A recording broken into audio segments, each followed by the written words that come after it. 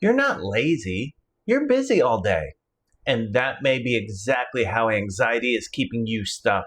You answer emails, fix small problems, research one more option. You rewrite the plan, handle things other people need from you. By the end of the day, you are exhausted. But the one thing that could actually move your life forward is still sitting there untouched. That isn't ordinary procrastination. You didn't sit around doing nothing, you worked all day.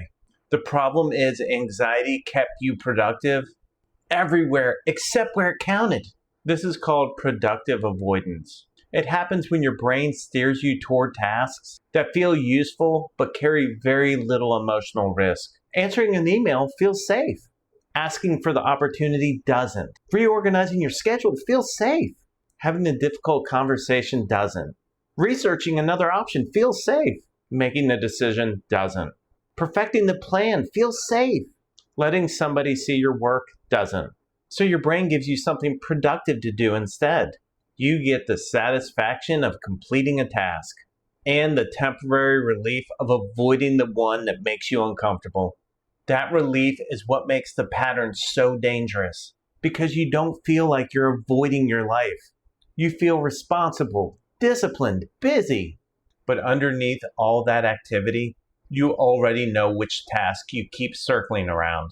It might be submitting the application, making the phone call, publishing your work, asking for the sale, setting the boundary, or finally make the decision you spent weeks researching. The task usually isn't difficult because you don't know how to do it.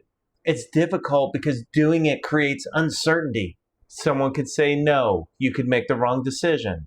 You could disappoint someone, you could discover you're not ready.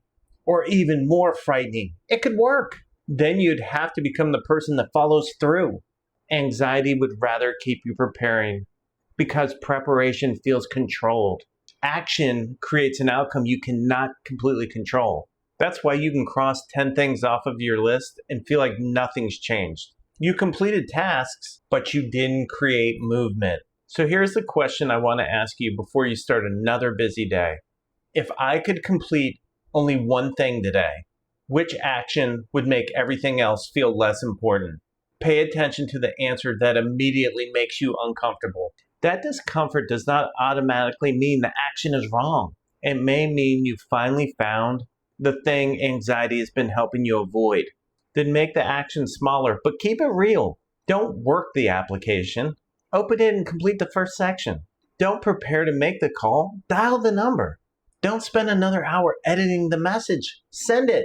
The goal is not to finish everything.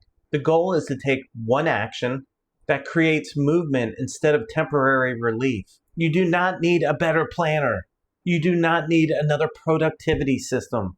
And you probably do not need more time. You need to stop letting busyness protect you from the one action that matters. So before you move on, answer this honestly. What is the one thing you already know you've been avoiding? Put it in the comments if you're willing to say it out loud.